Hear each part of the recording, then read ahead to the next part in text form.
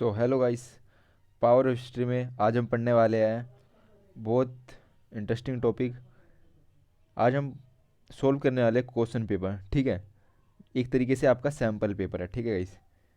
Sample paper है जो आपकी हिस्ट्री के पॉइंट ऑफ व्यू से बहुत इंपॉर्टेंट है।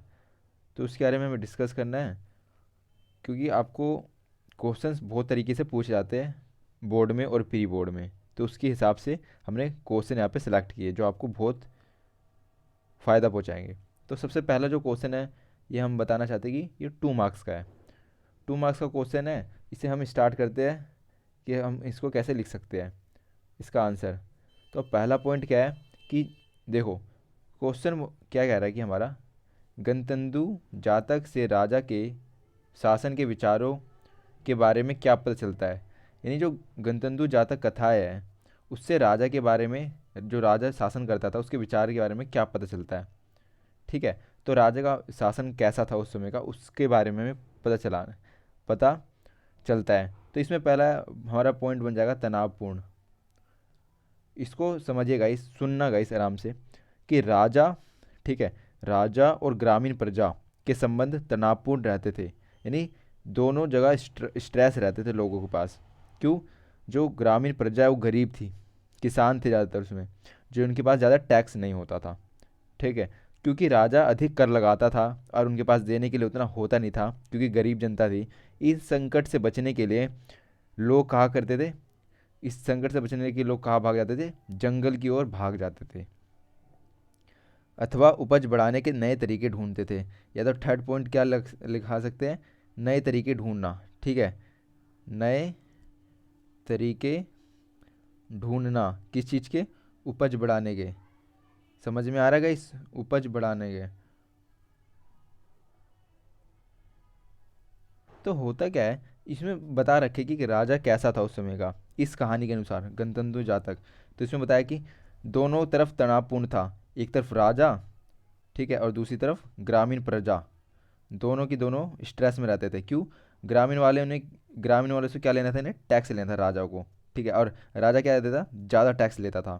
इसीलिए लोग परेशान होकर स्ट्रेस में आके, यानी तनाव में आके जंगल भाग जाते थे, ठीक है। और इसके अलावा जो जंगल नहीं भागते थे वो क्या करते थे? नए नए तरीके ढूंढते थे। किस चीज़ के? फसलों को बढ़ाने के, ठीक है। फसलों की उपज को बढ़ाने के नए नए तरीके ढूंढते थे। आई होप गाइस आपको इस फर्स्ट सैम्पल पेपर का फर्स्ट क्वेश्चन समझ आया हो और इसका आंसर समझ आया हो। सो नेक्स्ट क्वेश्चन है गाइस, क्वेश्चन नंबर 2। धर्म के इतिहासकार भक्ति परंपरा को किस प्रकार से विभिन्न भागों में बांटते हैं? ठीक है गाइस, जो इतिहासकार है धर्म के, जो धर्म पे रिसर्च करते हैं, तो वो भक्ति जो परंपरा है, जो हमारा कौन सा चैप्टर है गाइस? ये 6th चैप्टर है हमारी बुक का। तो ये होता है क्या है, भक्ति परंपरा को किस प्रकार विभिन्न भागों में बांटते हैं, यानी किन पार्टों में डिवाइड है भक्ति परंपरा, उसके बारे में हमें बताना है, डिस्कस करना है। तो हमें आंसर में क्या लिखना पड़ेगा? पहला पॉइंट तो यही है कि जो भक्ति परंपरा है ना गाइस, उसे पहले सुनिए। होता है कि धर्म के इतिहासकार ना भक्ति परंपरा को 2 मुख्य भागों में बांटते हैं। जैसे आपको पता होगा, इस क्वेश्चन में बहुत सारे लोग गड़बड़ कर देते हैं। है ये 2 ही मार्क्स का, मगर ये बड़े मार्क्स में भी आ सकता है। तो जो इसका डिवाइड डिवाइड कर रखा है इन्होंने, पहला है तो सागुन, ठीक है कि सागुन, और दूसरा है निर्गुण। आपको अब याद आ रहा होगा क्योंकि बहुत आसान क्वेश्चन है, बट रह जाता है पेपर में। सगुण और निर्गुण, आपको नाम सुन के ही समझ आ रहा होगा कि सगुण क्या होता है और निर्गुण क्या होता है, ठीक है। इसके अलावा होता क्या है कि ये तो हमने पढ़ा सगुण निर्गुण। इसके अलावा भी पॉइंट्स गाइस बहुत सारे हैं कि प्रथम वर्ग जो सगुण है, ठीक है, ये जो सगुण हमने पढ़ा, पहला इसका डिवाइड किया था, दूसरा क्या था? निर्गुण, ठीक है। पहला हमारा सगुण और दूसरा निर्गुण। तो हमारा जो गाइस सगुन है, सगुन के बारे में बात करते हैं। सगुन में क्या देखने को मिला कि सगुन में शिव, ठीक है, शिव, विष्णु तथा उनके अवतारों व देवियों की आराधना की होती है, आराधना आती है, जिनकी मूर्ति के रूप में अवधारणा हुई है। सिंपल सी बात है, सगुन यानी जिन्हें मूर्ति के रूप में आप पूजते हो, ठीक है। मूर्ति के रूप में सगुन, यानी वे भगवान जिन्हें आप मूर्ति के रूप में मानते हो, अपना ईश्वर मानते हो, ठीक है। तो उसे क्या बोलते हैं? सगुन। तो सगुण भक्ति कौन होते हैं? भक्त कौन होते हैं? जो मूर्ति के रूप में अपने ईश्वर को मानते हैं, यानी उनमें बिलीव रखते हैं। वहीं पे हमें जो दूसरा पार्ट हमने किया था गाइस, क्या नाम था उसका? दूसरा पार्ट क्या था, निर्गुण। ठीक है इस निर्गुण, जैसे आपको अभी हम दिखा देते हैं, दो पार्टों में डिवाइड किया था, देखो सगुण पहला और दूसरा निर्गुण। तो हम किसकी बात कर रहे हैं, हम निर्गुण की बात कर रहे हैं। तो निर्गुण के बारे में आते हैं हम। तो निर्गुण भी बहुत सिंपल है। जैसे होता क्या था निर्गुण में, निर्गुण भक्ति परंपरा में आमूर्त, ये वर्ड आपको यूज करना पड़ेगा, आमूर्त यानी जिसकी कोई मूर्ति नहीं होती, जिसे हम देख नहीं सकते, ठीक है। और इसके अलावा निरंकार वर्ड यूज करते हैं हम इसमें, ठीक है, निरंकार। इसमें क्या कहा गया कि भक्ति परंपरा जो निर्गुण है, तो उसमें अमूर्त है, निरंकार है, ईश्वर की उपासना की जाती है। यानी इसमें माना गया कि ईश्वर अमूर्त है और निरंकार है, इस ईश्वर को हम मूर्ति में नहीं देख सकते, ठीक है, निर्गुण के हिसाब से। तो इसमें मूर्ति पूजा का क्या कर रहा, एकदम खंडन किया गया, मूर्ति पूजा को नहीं मानते निर्गुण, ठीक है। वो भगवान को निरंकार मानते हैं कि भगवान निरंकार है, हर जगह भगवान है, ठीक है। तो ये गाइस आपको समझ आया हो। नेक्स्ट है गाइस हमारा क्वेश्चन नंबर थर्ड, हड़प्पा वासियों ने किस सीमा तक उपमहाद्वीप के बाहर व्यापारिक संबंध स्थापित किए, व्याख्या कीजिए। यानी जो हड़प्पा वासी है 2600 ईस्वी से लेकर 1900 ईसा पूर्व, तो उन्होंने उपमहाद्वीप के बाहर यानी अपने एरिया के बाहर जाकर भी व्यापारिक संबंध स्थापित किए, यानी उन्होंने बिजनेस भी किया, रिलेशन भी अपने बनाए। सो गाइस इसमें सिंपल सी बात बतानी कि हड़प्पा वासी जो व्यापारिक संबंध स्थापित किए थे उसकी व्याख्या कीजिए, ठीक है। और ये जो क्वेश्चन है इसके मार्क्स है 4 मार्क्स के, ठीक है। तो इसका आंसर है, पहला जो हमारा पॉइंट है वो है ओमान। आपको बहुत ये नाम सुना होगा अपने बुक में पढ़ते समय। तो इसमें क्या है कि जो ओमान है इसमें हम पढ़ते हैं, आप सुनना गाइस अच्छे से, कि सुदूर क्षेत्रों से संपर्क के द्वारा, यानी जो दूर दूर के क्षेत्र होते हैं ना उनसे ये कम्युनिकेशन रखते थे, उसके द्वारा कच्चा माल प्राप्त किया जाता था, ठीक है, रॉ मटेरियल। उदाहरणतया तांबा, इन्होंने बोला तांबा हम रॉ मटेरियल के रूप में लेते थे, ठीक है। तांबा लिया, अरब प्रायद्वीप के दक्षिण पश्चिम छोर पर स्थित है ओमान। कहाँ से लेते थे, दक्षिण पश्चिम छोर पर अरब प्रायद्वीप के। तो ये गाइस ये कौन से प्रायद्वीप पे, अरब प्रायद्वीप पे है ओमान, ठीक है। तो वहाँ से क्या लाया जाता था, तांबा लाया जाता था। आई होप गाइस आपको पहला पॉइंट समझ आया हो। वहीं पे हमारा दूसरा पॉइंट कहता है गाइस, सॉरी गाइस सॉरी, दूसरा पॉइंट कहता है कि, दूसरा पॉइंट ये है कि मार्तबान, ठीक है, मार्तबान अभी आपको समझ आ जाएगा क्या है ये। इसमें हमने पढ़ना है कि एक बड़ा हड़प्पाई मार्तबान, ठीक है, काली मिट्टी की मोटी परत वाला होता था, ठीक है। एक ऐसा बर्तन होता था ना गाइस, वो काली मिट्टी की होती थी, फॉर एग्जांपल आपने देखा होगा गाइस इस तरीके का थोड़ा, ठीक है। तो ये ना इस पर काली मिट्टी चढ़ी होती थी, काली मिट्टी की परत चढ़ी होती थी बहुत मोटी, ठीक है, जो इसको क्वालिटी देती थी एक अलग तरीके का। तो ओमान स्थल से मिला, ये भी कहाँ से मिला, ओमान जो हमने पहले पढ़ लिया, ओमान स्थल से मिला। ये जो हम पढ़ रहे हैं मातृवान, संभव है कि हड़प्पा सभ्यता के लोग इसमें रखे सामान का ओमानी तांबे से विनिमय करते थे, ठीक है। ओमानी तांबे के जरिए क्या करते थे, ये विनिमय यानी अदल बदल करते थे इस मातृवानी जो बर्तन है इसके द्वारा, ठीक है गाइस। सो गाइस हमारा थर्ड इसमें पॉइंट बन जाएगा। थर्ड पॉइंट है हमारा, इसमें क्या है कि जो समुद्री मार्ग, ठीक है, संपर्क कहाँ से रखा है इन्होंने, समुद्री मार्ग, सिंपल सी बात है, हमने उपमहाद्वीप की बात की है, जो उनसे उनके एरिया से बाहर के देश है वहाँ से वो व्यापार करते थे। समुद्री मार्ग में क्या पढ़ना है कि जो ओमान है, बहरीन है और मोसोपोटामिया है, ठीक है, से संपर्क समुद्री मार्ग से रहा होगा, क्योंकि मेसोपोटामिया के लेख महलू, ठीक है, क्या बोला ना, महलू, महलूहा हड़प्पाई क्षेत्र को नाविकों का देश कहा जाता था। किसका देश, नाविकों का देश कहा जाता था। इसमें महलूहा के से प्राप्त क्या है, महलूहा से क्या क्या प्राप्त हुएगा इस, देखिए, कार्नीलियन, लाजवद मणि, तांबा, सोना, विविध प्रकार की लकड़ियों का उल्लेख है। इसके अलावा मोहरों पर जहाज तथा नावों के चित्र प्राप्त हुए हैं। यानी इनका लिए ना नाव बहुत मेन रखती थी, इनका सिंबल था एक तरीके से नाव, ठीक है। नेक्स्ट हमारा क्वेश्चन है क्वेश्चन नंबर 4, 600 BCE, ठीक है, 600 BCE को प्रारंभिक भारतीय इतिहास में एक महत्वपूर्ण मोड़ माना जाता है। इस कथन के दो तर्क के साथ उपयुक्त ठहराए। अगेन ये 4 मार्क्स का गाइस। तो इसमें बताया गया है जो 600 ईसा पूर्व है, जो आपने चैप्टर पढ़ा हुआ 600 ईसा पूर्व से 600 ईस्वी, तो ये काल इतना महत्वपूर्ण किया भारतीय इतिहास के संदर्भ में, महत्वपूर्ण मोड़ माना जाता है। कुछ ना कुछ तो ऐसा अच्छा हुआ होगा तभी ये मोड़ माना जाता है, कुछ ना कुछ नई चीज़ आई होगी, तो उसको दो तरीकों से उपयुक्त ठहराए, सिंपल सी बात बोली। तो हम बात करते हैं, जो हमारा पहला पॉइंट है वो ये कहता है कि यहाँ इस समय ना महाजनपदों का भी उदय हो रहा था, ठीक है। किसका? महाजनपदों का उदय हो रहा था। तो इसमें हम पढ़ने वाले हैं कि इस समय का संबंध प्रारंभिक शहरों और राज्यों के उदय से है। यानी इस समय शहर और राज्य भी उदय हो रहे थे, जैसे महाजनपद। तो आपको पता है कितने महाजनपद थे? वो सिंपल सी बात है, 16 महाजनपद थे। तो कुछ 16 महाजनपद थे जिनमें कुछ पर राजाओं का शासन था, तो कुछ गणराज्य थे जिनमें संयुक्त रूप से लोगों के समूह द्वारा शासन चलाया जाता था। गाइस उस समय गणराज्य का नाम भी आता है, जिसमें क्या होता है, समूह के द्वारा, यानी ग्रुप में लोग होते थे और वो क्या चलाते थे? शासन चलाते थे। समूह का प्रत्येक व्यक्ति राजा कहलाता था उस वक्त, ठीक है। नेक्स्ट हमारा इसी में है गाइस, नेक्स्ट जो हमारा पॉइंट बन जाएगा वो है कि लोहे का प्रयोग जो इस समय का है, जो एक अलग ही मोड़ देता है इस काल को, 600 ईसा पूर्व से 600 ईस्वी को। लोहे का प्रयोग, तो गाइस लोहे का प्रयोग पे हम आ गए हैं। लोहे का प्रयोग, तो इसमें हमें देखना है कि इस समय में लोहे का अधिक प्रयोग किया जाने लगा, जिसके फलस्वरूप लोहे के हल का निर्माण हो रहा है। तो लोहे से किसका प्रयोग हो रहा है? हल, हल का निर्माण हो रहा है। और लोहे की खदानों के कारण उपकरण और हथियार बनाना आसान हो गया। तो इस समय वेपन्स भी बनाए जा रहे हैं, ठीक है, उपकरण डिवाइस भी बनाया जा रहा है। और हल, लोहे के हल से क्या फ़ायदा हो रहा है कि ज़मीन को ज़्यादा उपजाऊपनता मिल रही है। और आप लोहे के हल से खेती करोगे तो जो ज़मीन की उर्वरता है वो भी उभरेगी, इसीलिए उपज भी ज़्यादा पैदा होगी। तो ये एक नया हमारा पॉइंट बन सकता है। थर्ड हमारा पॉइंट है इसमें कि सिक्कों का भी निर्माण इस समय चालू हो गया था 600 ईसा पूर्व से। तो ये भी मेन चीज़ है, सिक्कों का निर्माण। क्योंकि गाइस इसमें मौर्य वंश भी आ जाता है, उसके बाद गुप्ता पीरियड भी आता है, तो गाइस कुषाण वंश भी है। तो इस समय क्या होता है, सिक्कों का भी निर्माण जोर शोर से था। इसके अलावा फोर्थ पॉइंट जो सबसे मेन है गाइस, धर्म की स्थापना हो रही थी। कौन से धर्म? बुद्ध, ठीक है, बौद्ध धर्म और जैन धर्म इसी समय अस्तित्व में आ रहे थे। तो गाइस कितने सारी नई नई चीज़ हमने पढ़ी।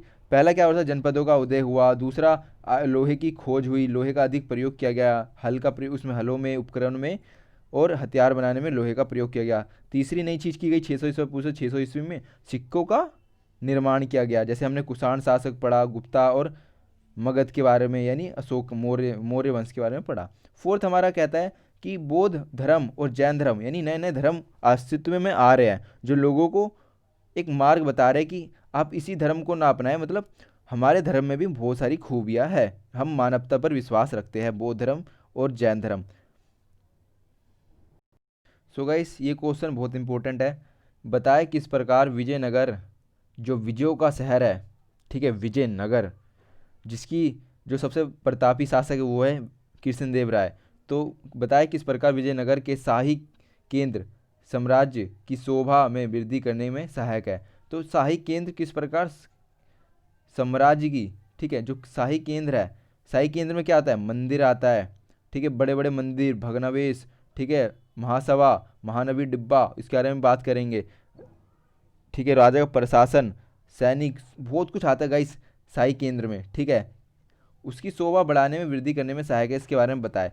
तो हमारा पहला पॉइंट तो यही है कि जो गाइस पहला पॉइंट तो हमारा यही है कि महानवी डिब्बा, महानवी डिब्बा। तो इसमें हमें क्या पढ़ना है कि राजा का भवन सबसे विशाल है, ठीक है, इसके दो प्रभावशाली मंच थे। पहला है महानवी डिब्बा। तो महानवी डिब्बा एक विशालकाय मंच है। पहला पहला पॉइंट महानवी डिब्बा का किया, एक विशालकाय मंच है, बहुत बड़ा है। तो इसके बारे में पढ़ते हैं कि जो लगभग 1100 वर्ग फीट, कितने?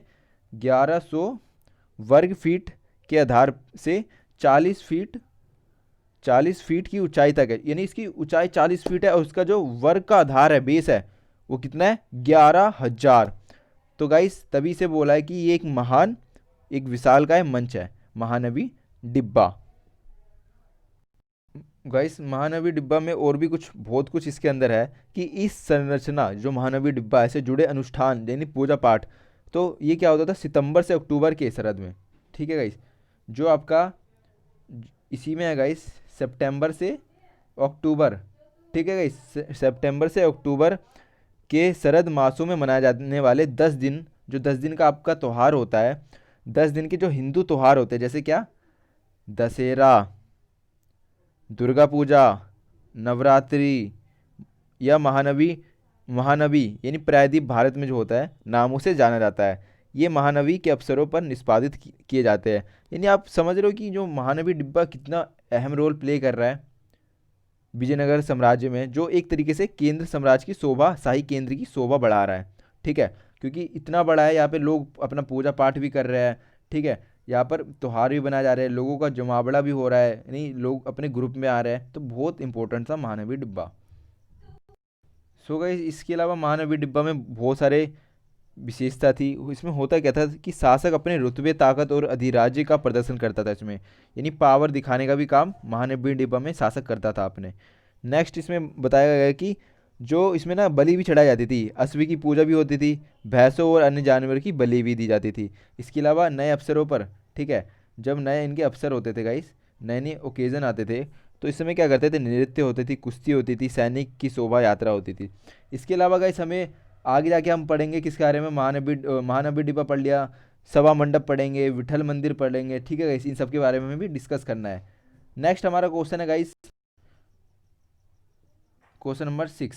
ये गिलास फल चेरी एक दिन हमारे मुंह में आके गिरेगा, इस कथन के संदर्भ में लॉर्ड डलहौजी की अवध पर कब्जा करने की नीति का वर्णन करेगा। इस बहुत इंपॉर्टेंट क्वेश्चन है गाइस, ये बहुत बार सीबीएसई में पेपर में आया हुआ है।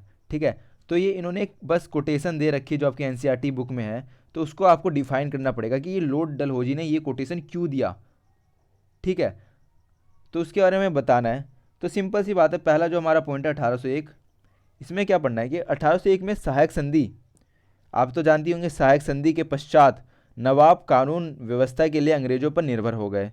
उनका उसका विद्रोह मुखियाओं और तालुकदारों पर नियंत्रण नहीं रहा, विद्रोही मुखियाओं और तालुकदारों पर नियंत्रण नहीं रहा, उसके बाद की बात किया गया है। तो 1801 में क्या हुआ कि सहायक संधि के द्वारा बाद नवाब कानून व्यवस्था के लिए अंग्रेजों पर निर्भर हो गए, यानी अंग्रेजों ने कुछ ऐसा कर दिया था गाइस, उनकी इतनी पावर घैंच ली थी कि अब नवाब अकेले कुछ कर नहीं सकते थे, इसीलिए वो किस पर डिपेंड हो गए, अंग्रेजों पर डिपेंड हो गए। कौन, नवाब, एन से नवाब, ए से अंग्रेज।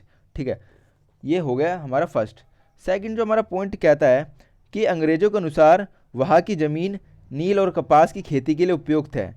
किसके लिए, नील और कपास, नील एंड कपास के लिए उनकी ज़मीनें उपयुक्त है, यानी उपजाऊ है उनके लिए, और इस क्षेत्र को उत्तरी भारत के एक बड़े बाजार के रूप में विकसित किया जा सकता है। जो वो क्षेत्र वो चाहते थे, ठीक है, तो वो क्षेत्र में उन्होंने क्या देखा, नील और कपास की हम खेती बड़े पैमाने पर कर सकते हैं और इससे हम रेवेन्यू कमा सकते हैं, जिससे हमारा टैक्स सिस्टम भी बढ़ेगा और हमें आमदनी बढ़ेगी। तो ये अंग्रेजों की एक चाल थी।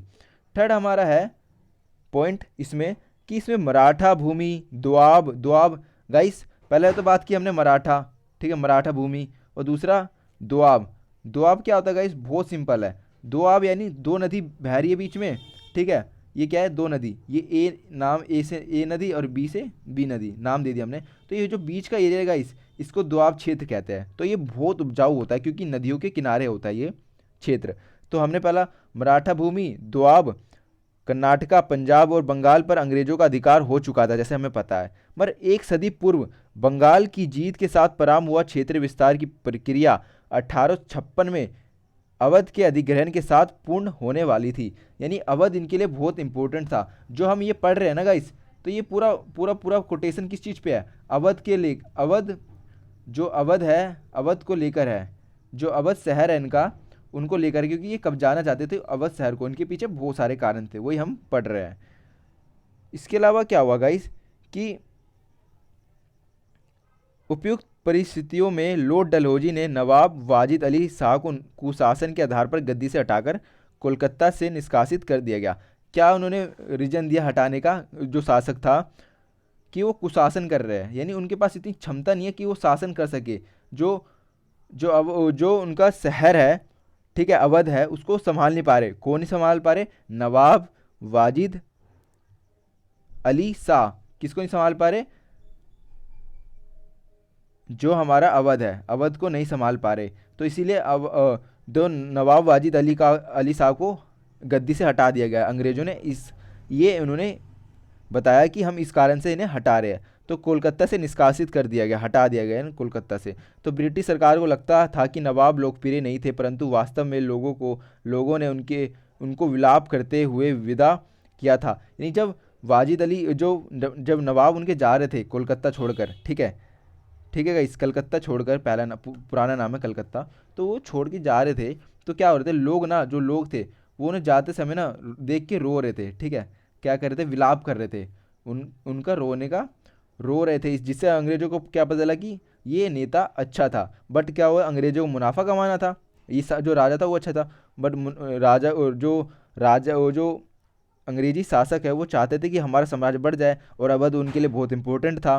तो इसीलिए उन्होंने इसको कैसे न कैसे हटा दिया अपनी संधि ला के, ठीक है। सो गाइस, हमारा नेक्स्ट क्वेश्चन है बहुत इंपॉर्टेंट। अकबर की सुले कुल की नीति उसके प्रबुद्ध शासन की आधारशिलता क्यों मानी जाती थी? बताइए कि मुगल काल में पांडुलिपि की रचना किस प्रकार की जाती थी। यानी गाइस, आपको क्वेश्चन से पता चल रहा है कि इसमें सुले कुल की नीति के बारे में बताना है, और इसमें मुगल काल में पांडुलिपि की रचना कैसे की जाती थी। यानी एक ही क्वेश्चन है, और ये क्वेश्चन आपके गाइस बहुत बड़ा क्वेश्चन है, 8 मार्क्स का क्वेश्चन है ये गाइस। तो ध्यान रखिए, इसमें 2 चीज़ पूछिए, सुले कुल की नीति बतानी है, ठीक है, जो बहुत इंपॉर्टेंट है, और पांडुलिपि की रचना बतानी है। तो स्टार्ट करते हैं। पहला कि सुले कुल की नीति को अकबर के प्रबुद्ध शासन की आधारशिला मानने के निम्नलिखित कारण है। जो पहला हमारा कारण है वो ये बताता है कि मुगल इर्तिवृत्त साम्राज्य को हिंदू, जैन, जरस्तुतियों और मुसलमान जैसे अनेक भिन्न भिन्न निर्जातियों और धार्मिक समुदाय को संविष्ट किए हुए साम्राज्य के रूप में प्रस्तुत करता है। यानी इसमें सारे मिक्स है, जितने भी धर्म है ना वो सभी को एक समान इसमें दिया गया, चाहे वो हिंदू ही हो, चाहे वो जैन हो, मुसलमान हो, तो इन सबको क्या हो गया, समान अवसर दिया जा रहा है, जिसके पास जितना टैलेंट है वो दिखाए। इसी तरह शांति के लिए भी इसका प्रयोग किया गया, दूसरा जो हमारा पॉइंट है। तो हमें पढ़ना है इसमें, सभी तरह की शांति और स्थायित्व के स्रोतों के रूप में बादशाह सभी धार्मिक और निर्जातीय समूह के ऊपर होता था। यानी जितने भी लोग हैं उससे ऊपर कौन है, राजा है।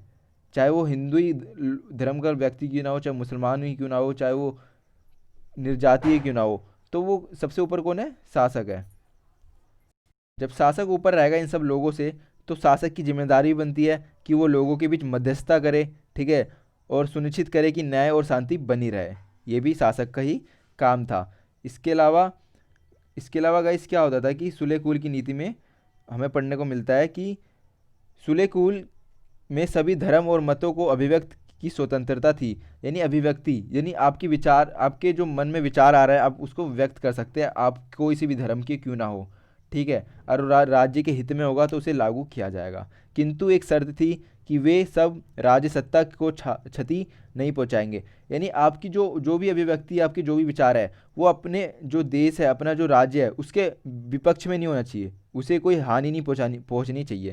तो ये सुले कुल की नीति के अनुसार था। फोर्थ जो हमारा है कि सुले कुल का आदर्श राज्य नीति के द्वारा लागू किया गया था। मुगलों के अधीन अभिजात वर्ग मिश्रित था, उनमें ईरानी, तुरानी, अफगानी, राजपूत और दक्षिणी सभी शामिल थे।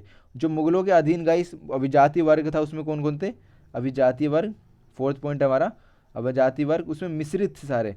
कौन कौन से थे, नाम सुने गाइस, ईरानी, तुरानी, अफगानी, राजपूत और दक्षिणी, ये सभी शामिल थे उस वक्त, सभी की राय ली जाती थी, ठीक है।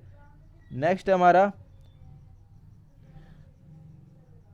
1563 में, ठीक है, 1563 में क्या किया गया कि तीर्थ यात्रा कर, और 1564 में, बस एक ही साल का अंतर है गाइस, इसमें तीर्थ यात्रा कर, ठीक है, तीर्थ यात्रा,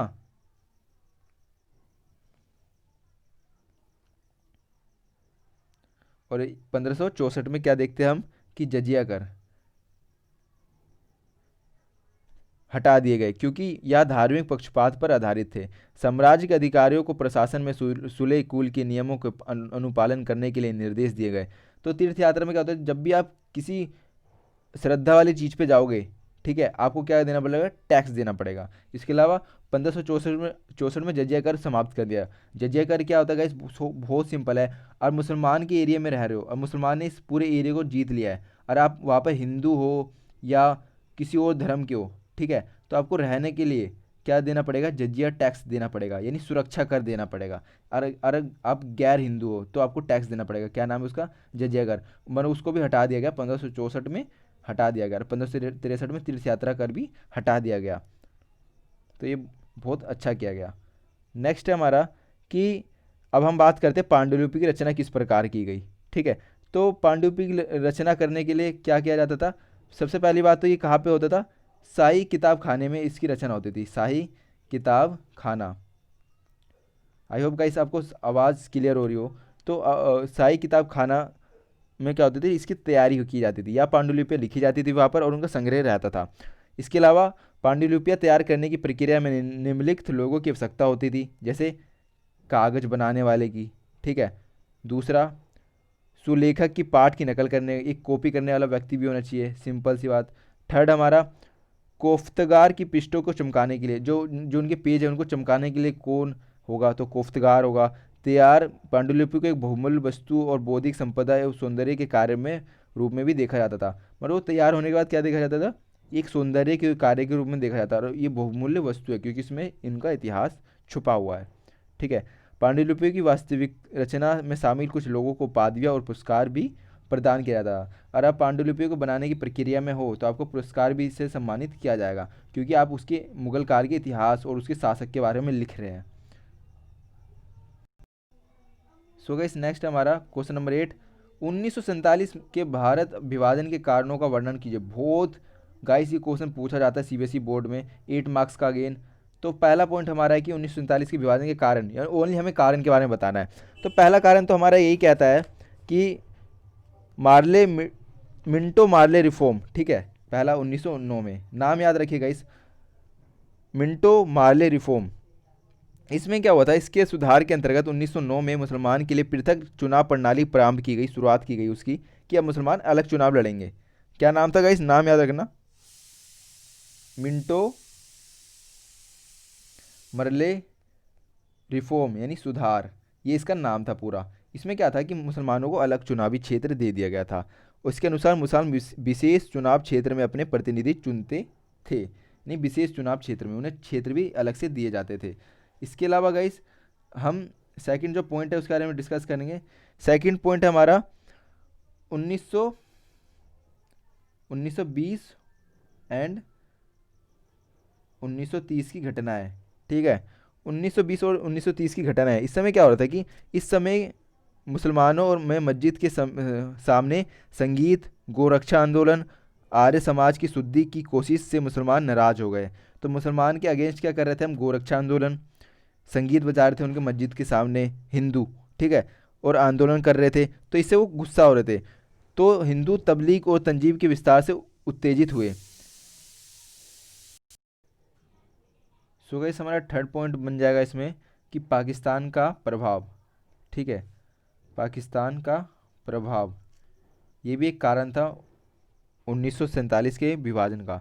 तो इस समय हुआ क्या था, जब 23 मार्च 1940 को, ठीक है गाइस, 23 मार्च 1940 को मुस्लिम लीग ने मुस्लिम बहुल क्षेत्रों के लिए स्वतंत्र राज्य बनाने का प्रस्ताव दिया और इसके लिए सीमित स्वायत्तता की मांग की। इस प्रस्ताव में कहीं भी विभाजन या पाकिस्तान का जिक्र नहीं था गाइस, हम अभी 1940 की बात कर रहे हैं।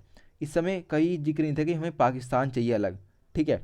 पर हुआ क्या, धीरे धीरे शायद जिन्ना भी पाकिस्तान की सोच को सौदेबाजी के एक पैतरे के रूप में प्रयोग कर रहे थे, वो उन्हें डरा रहे थे कि हम ये पाकिस्तान का प्रस्ताव रखेंगे तो डर के ये हमें अलग से चुनाव क्षेत्र दे देंगे ताकि हम वहाँ पर मुस्लिम अलग से रह सके और बिना किसी डर के, ठीक है।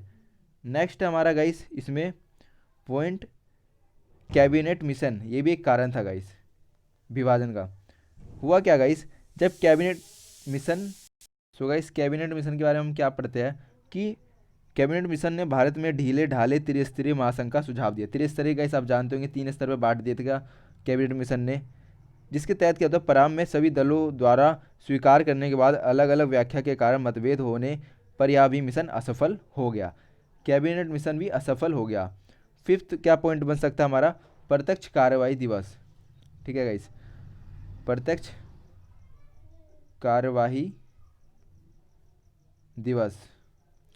तो इसके अकॉर्डिंग हमें क्या देखने को मिलता है कि कैबिनेट मिशन की असफलता के पश्चात लीग ने 16 अगस्त 1946 को, ठीक है, 16 अगस्त 1946 को गाइस प्रत्यक्ष कार्यवाही दिवस बनाया, जिसमें कोलकाता कलकत्ता और विभिन्न स्थानों पर दंगे फसाद हुए। इसके अनुसार, प्रत्यक्ष कार्यवाही दिवस के अनुसार, ठीक है, दंगे भी हुए और दंगे फसाद भी हुए। ऐसी परिस्थितियों में कांग्रेस ने विभाजन की स्वीकृति प्रदान कर दी और माउंट बेटन योजना के अनुसार भारत का विभाजन हो गया। तो ये गाइस कुछ कारण थे। सो गाइस हमारा नेक्स्ट क्वेश्चन है बहुत इंपॉर्टेंट। भारतीय जैन भारतीय विचारधारा पर जैन धर्म की गहरी छाप पड़ी। इस कथन का महावीर के संदेशों की नज़र में तर्क दीजिए। यानी सिंपल सी बात है, उसके नज़रिए के अनुसार हमें तर्क देना है। तो इसमें हमें उनकी शिक्षाओं का भी वर्णन करना जरूरी है। पहला तो शिक्षा है उनका अहिंसा, ठीक है। इस अहिंसा यानी लड़ाई के बिना जिंदगी जीना, ठीक है, ना मारपीट ना लड़ाई, एकदम शांति से। अहिंसा मतलब महावीर अहिंसा में विश्वास करते थे। उनके अनुसार मनुष्य, जानवर और पेड़ पौधे को, कीड़े मकोड़े को नहीं मारना चाहिए, यहाँ तक कि कीड़े मकोड़ों को भी नहीं मारना चाहिए। जैन के अनुसार, जैन धर्म के अनुसार पत्थर, चट्टान और जल में भी जीवन मानते हैं, अर्थात उनके अनुसार संपूर्ण विश्व प्राणवान है। इस प्रकार जीवों के प्रति अहिंसा जैन धर्म का केंद्र बिंदु है, ठीक है, पहला हमने पढ़ा। दूसरा है इनका कर्म का सिद्धांत। कर्म का सिद्धांत गैस क्या कहता है इनका?